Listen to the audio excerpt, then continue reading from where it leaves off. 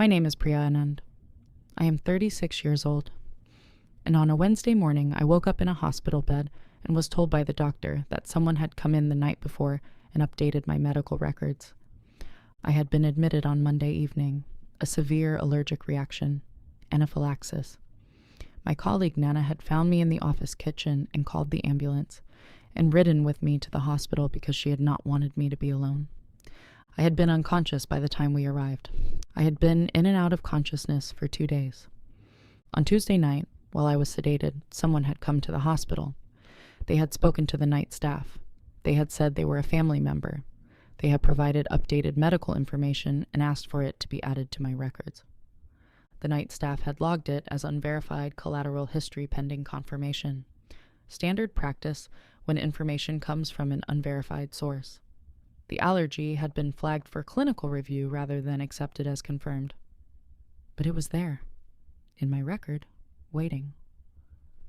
Dr. Samuel Larea told me this on Wednesday morning with the careful expression of someone who is not entirely comfortable with what he is about to say. He told me the information they had provided was accurate, cross-checked against my reaction and clinically consistent with my presentation. But there was no record of me providing it myself, and when the night staff had tried to contact the family member, the number left behind did not connect. I said, "What information did they provide?" He told me 3 things: my blood type, which was correct, an allergy to a specific antibiotic, one I had never been formally tested for, but had suspected for years after a reaction I had dismissed at the time. The allergy was listed with clinical precision, reaction type, severity, contraindicators, and my emergency contact, a name and number. The name was my sister Preethi, who lived in Edinburgh. The number was her mobile number. I had never provided Preethi's number to this hospital. I had never provided it to any hospital. It was stored in my phone, in my contacts, under her name. Someone had come to the hospital in the night and provided information that existed only in my phone and in my memory, and in the private history of a reaction I had told almost no one about. I said, "Who was it?" Dr. Larea said, "They gave a name, Clement Boadu." I did not know anyone called Clement Boadu. Let me tell you about the allergic reaction first. I am an architect. I work in a practice in central London. I had been in the kitchen at work on Monday afternoon making tea when something had happened very quickly. A tightening, a difficulty breathing. By the time I registered what was occurring, I was already on the floor. Nana had found me within minutes. She had called the ambulance. She had stayed with me. The hospital had treated me for anaphylaxis. They had identified the likely trigger as a food ingredient in something I'd eaten at lunch, a reaction severe enough to require epinephrine and monitoring. I had no known severe allergies on record. I had no previous anaphylaxis. The hospital had been working from a baseline of very little information. And then, on Tuesday night, someone had arrived with more. Accurate more. The object at the center of everything was the update itself. 3 pieces of information, all correct. All things a stranger should not have known. I lay in the hospital bed on Wednesday morning, and I thought about each one. My blood type was on a document I had received years ago after a donation attempt. A letter. Filed somewhere at home. Not digitized. Not in any system I had used recently. The antibiotic allergy I had suspected for 11 years. I had mentioned it to 2 people in all that time. My mother, who was in India and had not spoken to anyone at this hospital, and 1 other person. My emergency contact, Preethi's mobile number, was in my phone and nowhere else. I had a habit of not registering emergency contacts with institutions because I was private about my family. Preethi did not know her number was stored as my emergency contact. I had simply put it there. 3 pieces of information, 1 document at home, 1 conversation I had had with 2 people in 11 years, 1 phone. Someone had accessed at least one of those 3 sources, or someone had known me well enough and long enough to have been present for all 3. I picked up my phone from the bedside table. My phone had been in Nana's bag during the ambulance ride. She had given it to me when she visited on Tuesday morning. It was charged, unlocked, as I had left it. I opened my contacts. Preethi's number was there. I opened my recent calls. Nothing unusual. I opened my settings and looked at the account activity. The account had been accessed on Tuesday evening from a device that was not mine. I looked at what had been accessed. Not just the contacts, the message thread between me and Nana, the messages from Monday evening. Nana had messaged from the ambulance telling me which hospital we were going to, a message I had not been conscious to read. That thread was in my account. Whoever had accessed it on Tuesday evening had seen the hospital name, had seen the time of admission, had known exactly where I was and when I had arrived. The account access had not just given them my contacts, it had told them where to find me. I called Nana from the hospital bed. She answered immediately. When I told her about the account access, she was quiet for a moment, and then told me she had had my phone in her bag from Monday evening until Tuesday morning, when she brought it to me. She had not accessed it. She had not given it to anyone. Tuesday morning to Tuesday evening. My phone had been with me from Tuesday morning, in the room, on the bedside table, with me sedated and unable to monitor it.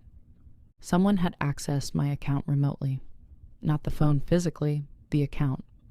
Which meant they had my credentials. Which meant they had either obtained them before Monday, or had found them somewhere they should not have been able to access. I put the phone down. I thought about what I was looking at. Someone who knew my blood type from a document at home.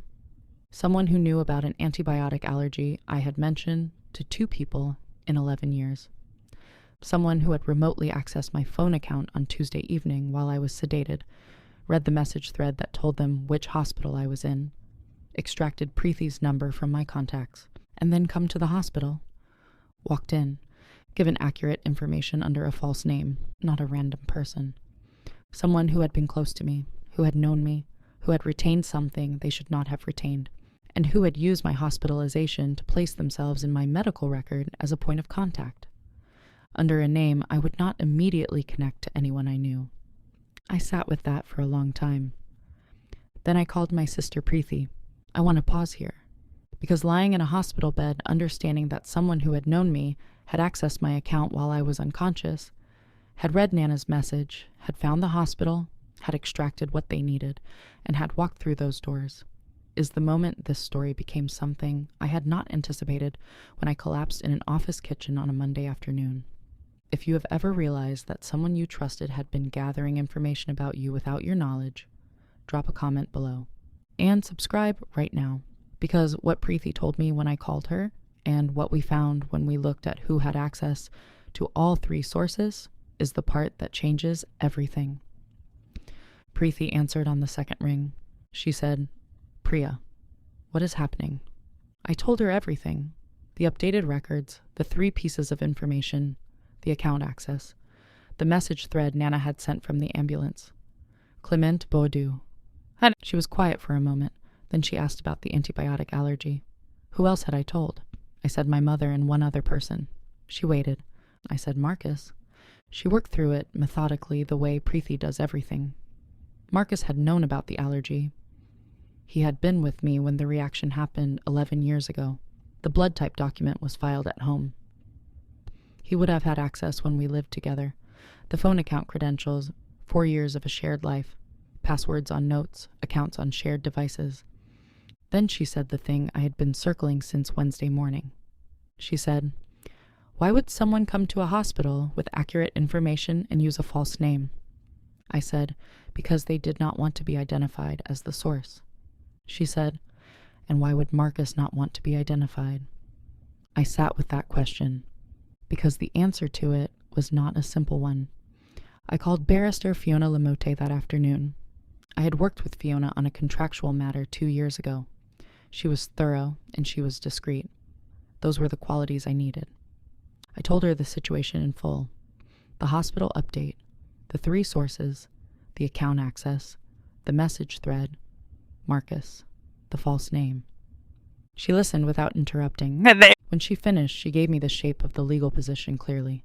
The account access was the clearest matter.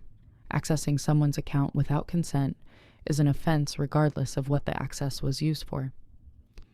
The hospital visit was more complex. The information had been logged as unverified collateral history rather than validated record.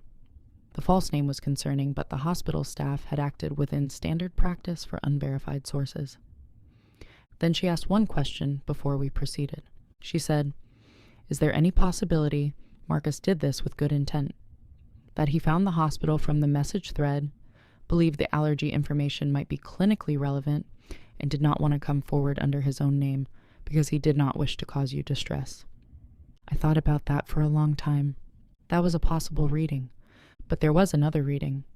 Someone who remotely accessed my phone account while I was sedated, who read a private message thread to find out where I was, who extracted contacts and walked into a hospital under a false name, had not simply been passing on information. They had been watching. They had moved quickly when an opportunity presented itself. They had placed themselves in my medical record in a way that would have persisted without my knowledge if I had not woken up and asked the right question. Under a name I would not immediately connect to anyone I knew, if Dr. Larriere had not told me.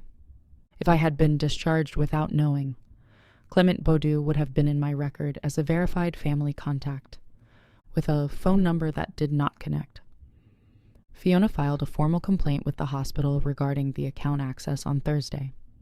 She also sent a formal notice to Marcus's last known address, not an accusation, a document that said we were aware of the situation and were seeking clarification. Marcus responded through a solicitor 4 days later. His solicitor's letter confirmed he had accessed the account and seen the message from Nana.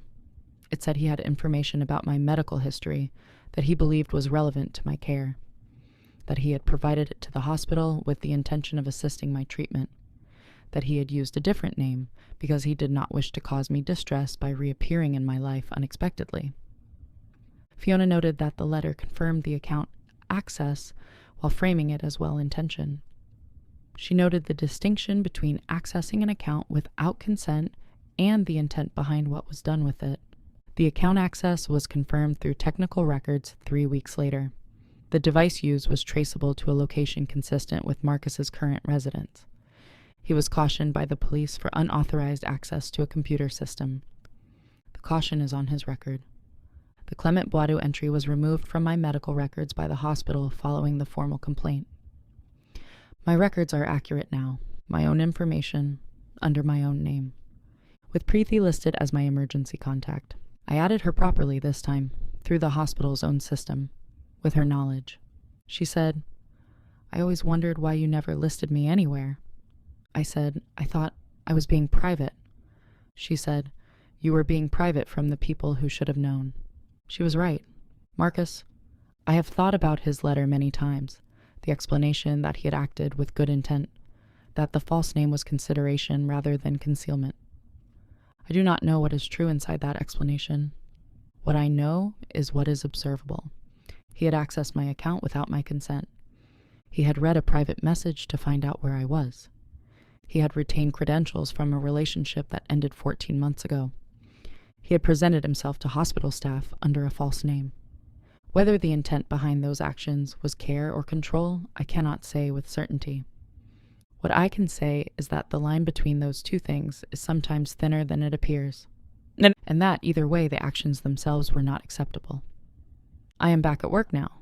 The practice gave me 2 weeks to recover, and I used them. I carry an epinephrine auto-injector now. I have my allergy formally documented. I have updated my emergency contacts with every institution that should have them. The antibiotic allergy that I had suspected for 11 years and mentioned to 2 people and dismissed as probably nothing, it is now on record, formally, under my name, provided by me. The information was accurate. It was always accurate. It just needed to come from the right source. Me. Here's what a night visitor and 3 pieces of accurate information taught me. The people who know you most intimately know things about you that exist nowhere else. Your blood type from a letter you filed years ago. A reaction you mentioned once and then set aside. A number stored in your phone for someone you want to be able to reach if things go wrong. These things are not secrets, but they are yours. And the people who carry them from your life into the world without your knowledge, whatever their intention, have crossed a line that intention does not erase. Know who holds your information. Update your records yourself. And when a doctor tells you that someone came in the night before, ask who it was. Because the answer matters. Even when the information was accurate, especially then. Drop a comment and tell me your story. I read every single one. And subscribe. I am here every week with a new story. She asked the right question at the right moment. That was enough.